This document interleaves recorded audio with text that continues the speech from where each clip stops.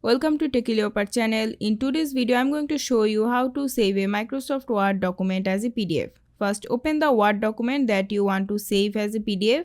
As you can see, this is an editable Word file. I'm going to show you two methods to save it as a PDF. Method 1, click on File from the top left menu, then click on Save As. After that, select the location where you want to save the PDF file. I'm going to save this one on my desktop. You can also rename the file if you want.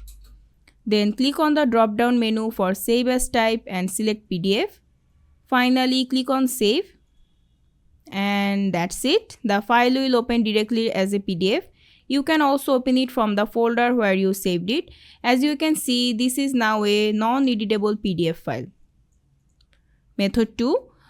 Go to the File menu again and this time click on Export. Here you will see an option Create PDF or XPS document.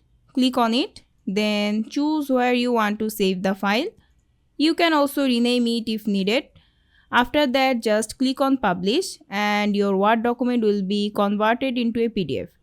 And that's it, two simple method to save any Word document as a PDF. I hope this video was helpful. If it was, please give it a thumbs up and don't forget to subscribe.